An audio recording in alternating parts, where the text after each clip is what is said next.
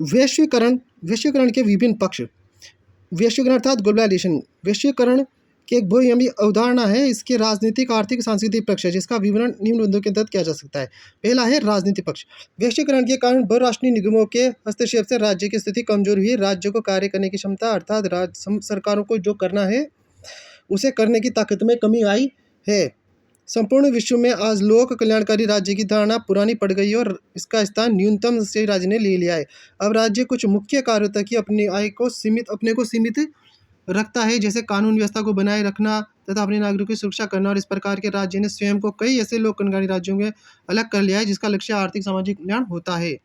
कुछ विद्वानों के अनुसार वैश्वीकरण के चलते राज्य की शक्तियाँ कम नहीं हुई है। राजनीतिक समुदाय के आधार के रूप में राज्य प्रधानों को कुछ क्षमता नहीं मिली है। राज्य कानून और व्यवस्था, राष्ट्रीय सुरक्षा जैसे अपने अनिवार्य कार्यों को पूरा कर रहे हैं और अपनी इच्छा से कई कार्यों को राज्य से अपने आप को अलग कर रहे हैं।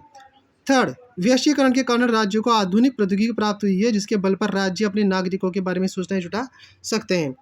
सेकंड, वैश्वीकरण का आर्थिक पृष्ठ। वैश्वीकरण आर्थिक पक्ष सबसे अधिक महत्वपूर्ण माना जाता है, क्योंकि आर्थिक आधार पर ही वैश्वीकरण की धारणा ने अधिक जोर पकड़ा है। वैश्वीकरण के आर्थिक प्रभाव निम्न है।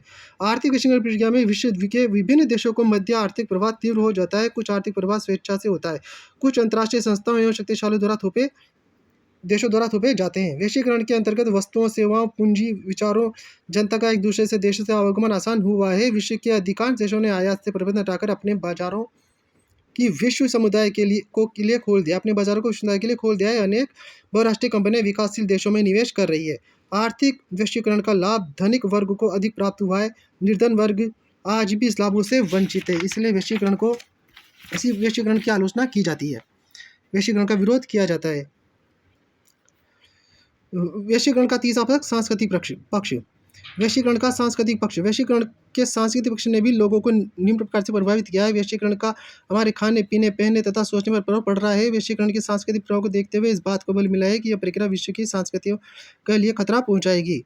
विश्व संस्कृति के नाम पर शेष विश्व पर पश्चिमी संस्कृति थोपी जा रही है, जिससे एक देश विश्व की संस्कृति का पतन होने का डर है उत्पन्न हो गया है। परंतु वैश्वीकरण के समर्थकों का मत है कि वैश्वीकरण से संस्कृति के पतन की आशंका निराधार है, बल्कि इससे एक मिश्रित संस्कृति का उदय होता है।